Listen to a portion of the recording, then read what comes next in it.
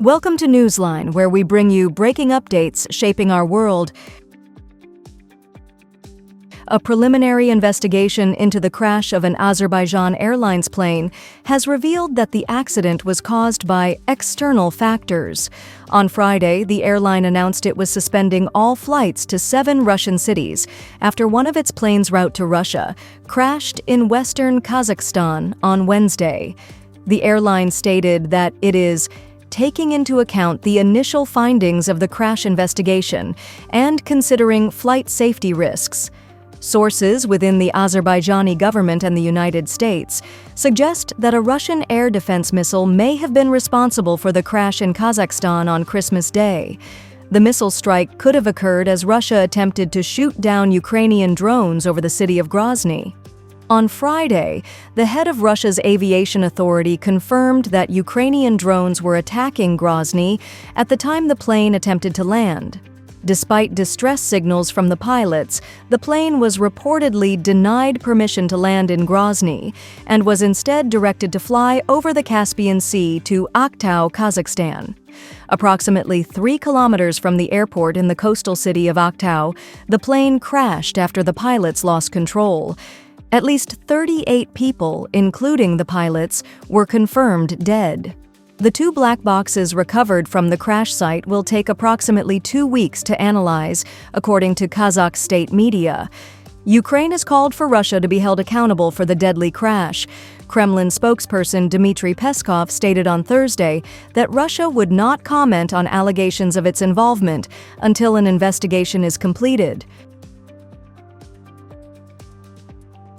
Suspicions are increasingly pointing toward Russia, following the 3rd suspected act of cable sabotage in the Baltic Sea. It's unlikely that all 3 incidents are accidents or mistakes. Experts say Finnish police have boarded a foreign cargo ship, suspected of being part of Russia's so-called shadow fleet, after the sabotage of the Estlink 2 power cable and multiple data cables. The vessel, stopped in the Gulf of Finland, is uninsured, and its ownership is difficult to trace.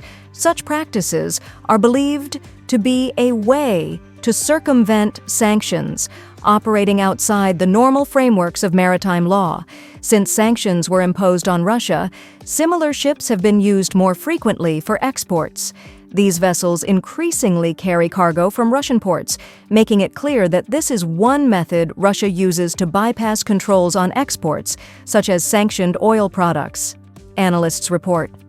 Last year, Finnish police identified the Chinese-flagged ship Nunu Polar Bear as responsible for a leak in a gas pipeline between Finland and Estonia. As recently as December, Swedish police boarded the Chinese vessel Yipeng 3 after it was identified as of interest in the investigation into the suspected sabotage of a data cable between Sweden and Finland. While sabotage has not been definitively proven in any of these cases, the broader security context has fueled suspicions toward Russia. However, this does not confirm that Russia is responsible or that it ordered these acts. Conclusive proof, such as intelligence directly linking a party to the sabotage, would be necessary to make such claims. The incidents underline the fragile state of critical infrastructure in the region and the ongoing geopolitical tensions that have made these vulnerabilities a focal point of international concern. Hong Kong. South Korea's parliament voted on Friday to impeach Acting President Han Duck-soo, deepening the country's political turmoil. At the same time, business confidence continues to plummet amid fears of potential high tariffs under the Trump administration. The latest chapter in South Korea's political drama unfolded as the National Assembly delivered another blow to the embattled government. Woo Won-shik, a spokesperson for the assembly, announced Friday afternoon local time that all 192 members present had voted in favor of impeaching Han Duck-soo. This marks the first time an acting president has been impeached in South Korea. Finance Minister Choi Sang-mok is expected to step in as the next interim leader. The Democratic Party, the largest opposition party, filed the impeachment motion on Thursday after Han Duck-soo refused to appoint judges to the Constitutional Court. The court is tasked with ruling on the impeachment of his predecessor, Yoon Suk-yeol.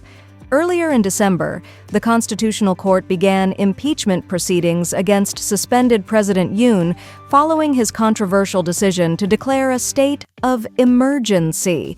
The court has 6 months to decide whether Yoon will be permanently removed from office. The political turbulence is increasingly reflected in South Korea's economy.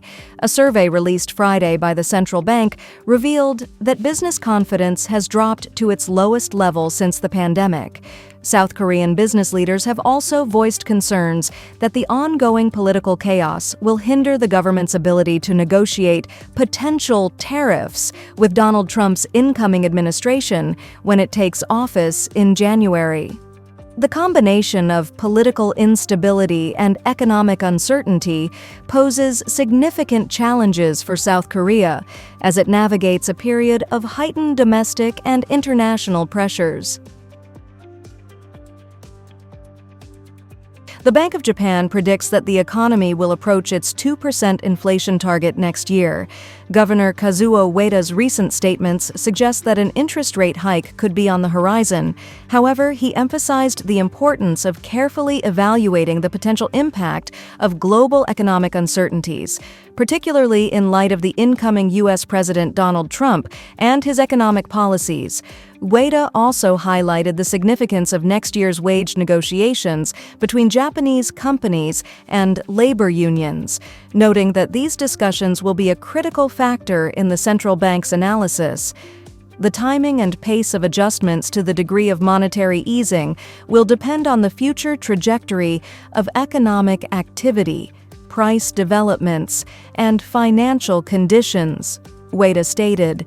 The Bank of Japan's cautious approach underscores the delicate balance it seeks to maintain between fostering economic growth and addressing inflationary pressures in a volatile global environment. Thank you for joining us on Newsline. Stay informed, stay empowered, and we will see you next time.